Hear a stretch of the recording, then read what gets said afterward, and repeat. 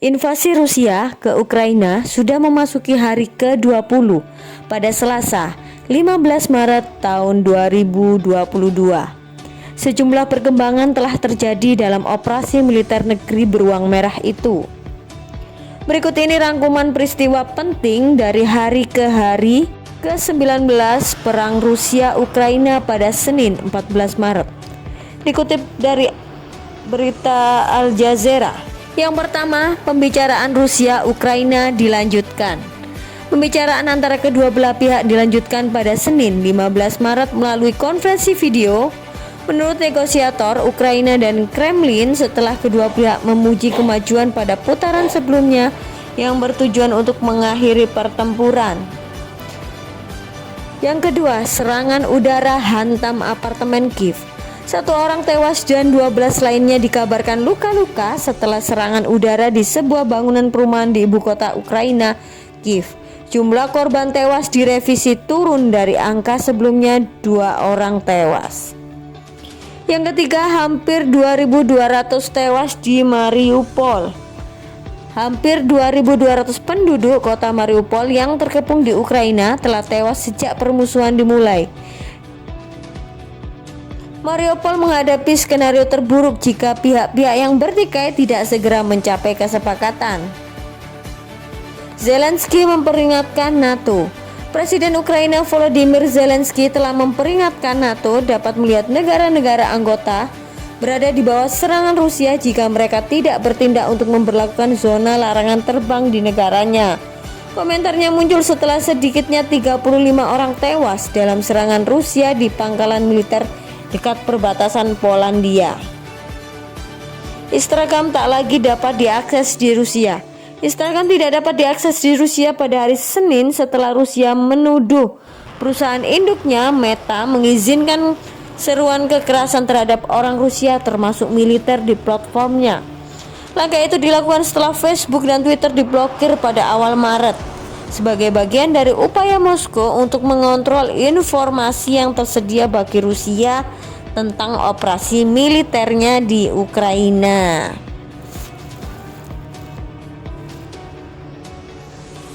Sedangkan 2,7 juta orang melarikan diri dari Ukraina hingga penahanan demonstran. Ajudan Amerika Serikat Cina bertemu di tengah ketegangan atas Rusia sebagai pembantu utama untuk bertemu di Roma pada hari Senin di tengah meningkatnya ketegangan antara kedua negara atas perang Rusia-Ukraina.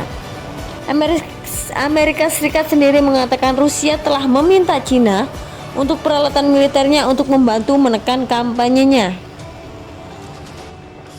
Sedangkan Cina menuduh Washington menyebarkan disinformasi atas peran Beijing dalam konflik Ukraina.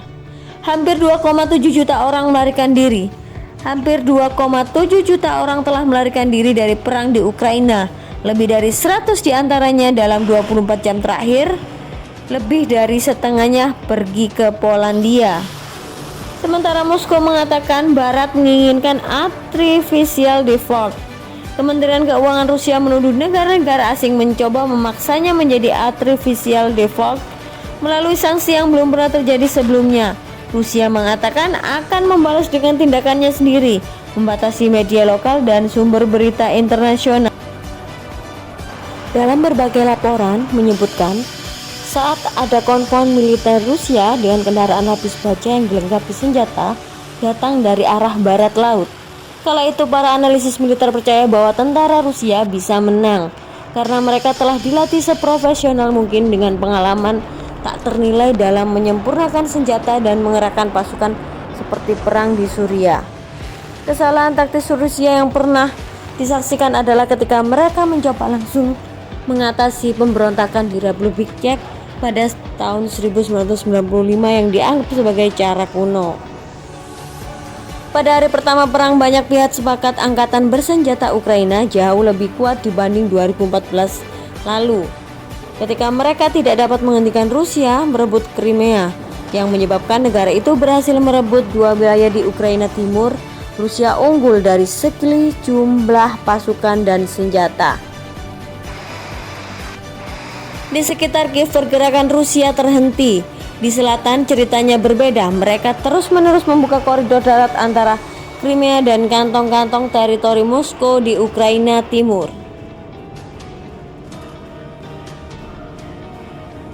Saat ini konvoi Rusia sejauh 40 mil di barat laut Kiev perlahan-lahan bubar dan berubah bentuk.